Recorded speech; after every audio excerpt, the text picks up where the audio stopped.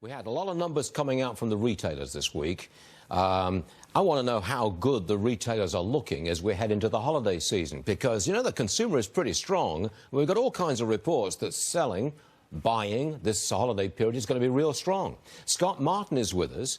Scott, can you tell us which retail stocks you like and which I should buy right now? Well, Stuart, I like one that's been hated this week, actually, which is Home Depot. They had a pretty confusing, let's say, earnings report earlier this week with respect to some of their digital strategy and, frankly, some IT issues they had with their B2B website. So, to me, Home Depot's one to pick up here because they dropped this week on the earnings report. We also like TJX. We own Home Depot, by the way. We also like TJX companies because of their discounting strategy. Those are two I would look at if I was in your shoes. But you wouldn't touch any department store chain with a 10-foot pole? I'm trying to read between the lines here. I wouldn't touch Macy's or the Nordstrom or any of those with a 30-foot pole, and even with your money in a 30-foot pole, if I could describe it that way.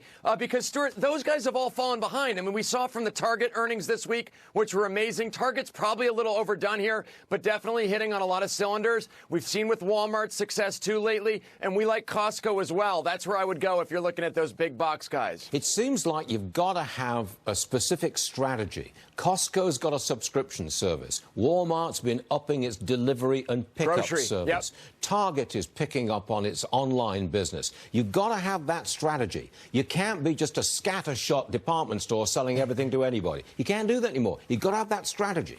I love how you said that because, you know, and you can figure that out by going into the stores. I mean, you know, I'm in Chicago. We've got Nordstrom's and Macy's around.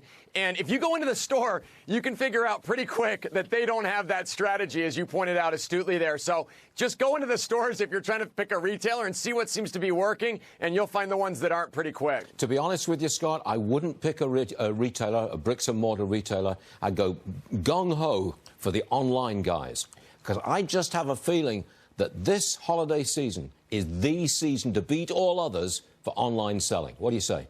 Yeah, I agree. And I think online selling, I mean, obviously, this isn't breaking news like we just had a few minutes ago, but, like, you know, online retailing is going to be at a record high this year. Sales are going to be great for the holiday season, obviously another record. So online is definitely where it's at. And you mentioned that kind of last mile delivery. The companies that execute on that strategy are the ones people are going to order from. It's hard to get me out of the house. All right, Scott, thank you for joining us. You too, I know it. Well, in Chicago, I understand it. Scott Martin, thank you very much indeed, sir.